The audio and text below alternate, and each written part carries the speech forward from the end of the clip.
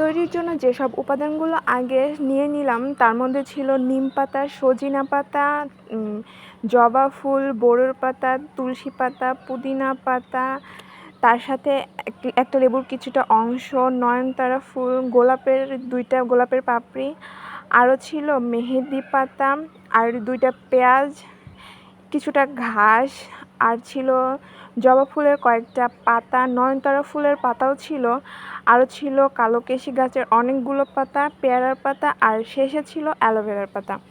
অ্যালোভেরার পাতাটাকে আমি সুন্দর মতো কেটে নিলাম, আর বাকি উপাদানগুলোকেও সুন্দর মতো ধুয়ে পানি ঝরিয়ে নিয়েছিলাম। এর প্রত্যেকটা উপাদানই চুলের জন্য অনেক উপকারী, আমি অনেক দেখেই নিয়েছি। এর একটা সুন্দর পেস্ট তৈরি করে নেব। আর এর সঙ্গে আমি আরও দিয়েছিলাম কিছুটা কালো জিরা আর কিছুটা মেথি, আরও সঙ্গে ছিল অল্প একটু চাপাতি।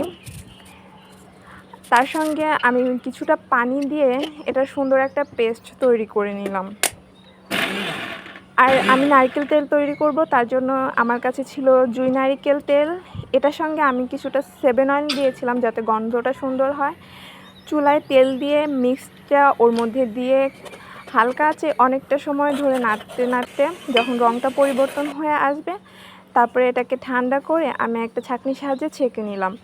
ছাঁকনির সাহায্যে ছেঁকে নেওয়ার পর এর মধ্যে কিছুটা লিকুইড টাইপের কি ছিল, সেজন্য এটাকে আমি একটা পাতলা কাপড়ের সাহায্যে ছেঁকে নিলাম। আমার তেল তৈরি শেষ, সুন্দর একটা রং এসেছে, গন্ধ অনেক সুন্দর, কার্যকারিতাও হয়তো অনেক সুন্দর।